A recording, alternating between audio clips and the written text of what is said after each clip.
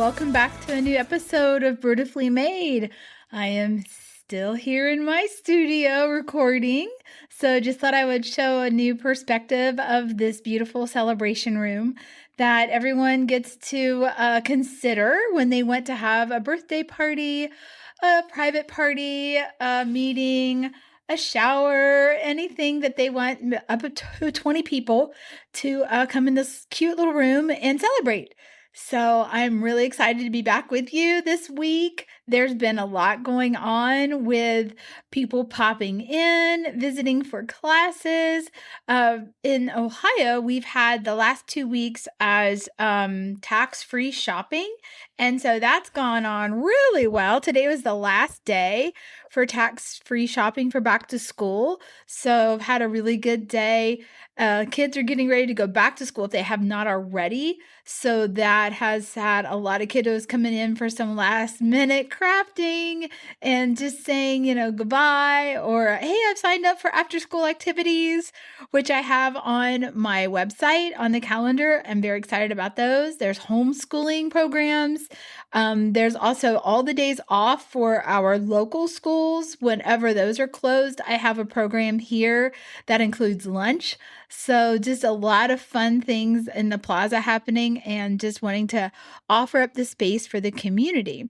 And so I think that it leads me to kind of discuss what maybe we've talked about a couple of times before on, finding a niche or a niche that you fit in. And is that a requirement?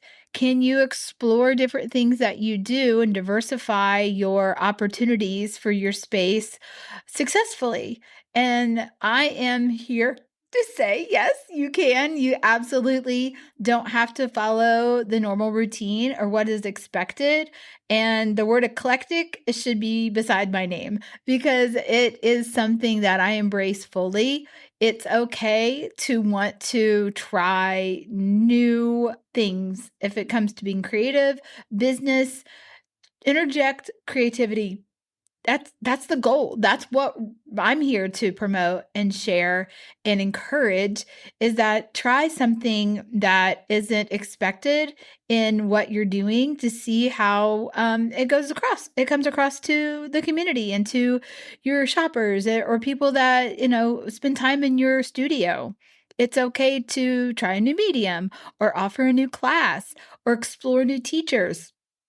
You don't have to do it all. I know I can't do it all. I encourage people in the community to bring what they know how to do here and explore maybe offering that as a class. I will put that out there as much as I can, and hopefully it does take off. Sometimes it doesn't. Maybe it's cost prohibitive. Maybe sometimes it is so successful that you become way in demand and that wasn't what you were expecting. That's happened too. So it's just trying to find that nice balance. And you're never going to know unless you try. So I really want to encourage you to figure out a way to stop being afraid of not trying something new. You're never going to know if it's going to succeed. You can always outthink or um I guess not outthink, but you're going to second guess yourself to the point where you're just going to tell yourself you're not going to do it. And don't do that. Stop listening to that voice. It's okay to be cautious. It's okay to not invest a bunch of money into something, and you could sign or create something for people to sign up. And when you get signups, then that's when put some money into maybe materials.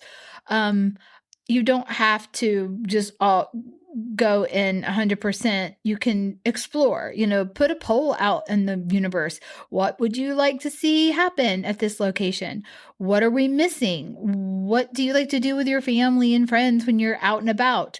Maybe you have a restaurant and you want people to use there's a standalone room and you're not getting reservations for private parties. What if you held your own events? And what kind of creative events or events that would, appease your clientele? create those and offer those and see how it goes. You never know. And start small. You don't have to start like, I have to have 50 people. It's okay for 10. It's okay for 5. It's okay for 2. It's all right to explore. And that's the whole beauty of creating your own business and not having to follow some kind of rigid outline. I have a guidance outline, but I don't have to conform to anything. It's not like I'm in this I don't know, check off list that, okay, I haven't done this yet, and so I'm failing. I hope I'm not failing. I'm trying really hard to work at this every day, and I try to be very creative and mindful about it and respect people's time and money and resources and offer a variety of availability. And I'm very flexible with that. And I try to make everyone feel heard and seen and welcome. And that should be the basis of any business. If you're in some sort of service or position where you're working with the public, you want them to know that you care. Your investment isn't just in that dollar, it is in them. And it will show if you're sincere about it. And so you want people to walk away with a good sense of they cared about me in that situation. And I don't care if you're serving them a cup of coffee or if you are, babysitting their child. It's got to come across that you care no matter what. Someone cares about your car when they're working on it, to, someone cared enough to bag your groceries where it didn't smash something precious, or someone cared enough to help you if you're shopping. You just want to feel like you were seen and heard. And that's what's most important. And it's okay if you don't get it right the first time. It's okay to apologize. I know I apologize all the time if I'm not, getting something correct. It's okay to make mistakes. We're all human. And people on the other end need to remember that too. We're all trying really, really hard. And so it's really important that you keep that in mind, whether you're a consumer or you're a business owner. And so offering everything that I can in a very diversified way and a variety of things that I offer doesn't mean I'm an expert in all of it. And I readily admit I'm always still learning along with you. And I love that exploration. So giving me the grace to, do things right and wrong as I give you that same grace is really important. And so I just wanted to remind you that it's okay that you're not only doing one thing. You can do multiple things. You can explore and enjoy that process. And please do that. Please don't feel like, your space is only one thing. That is not. I think that you'll get bored fast. I think that you need to look into diversifying what you offer and expanding on what you love.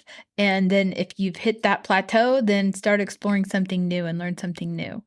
So just a little encouragement from me today. It has been a very busy month. I will get to see our grands and family soon in Seattle. And so I'm very excited for the next month ahead. So watch for details on our exhibiting artist coming up in next month. So I'm very excited to have him on the podcast because he will be on the podcast. And we do have Melissa Bittner's art on the walls right now.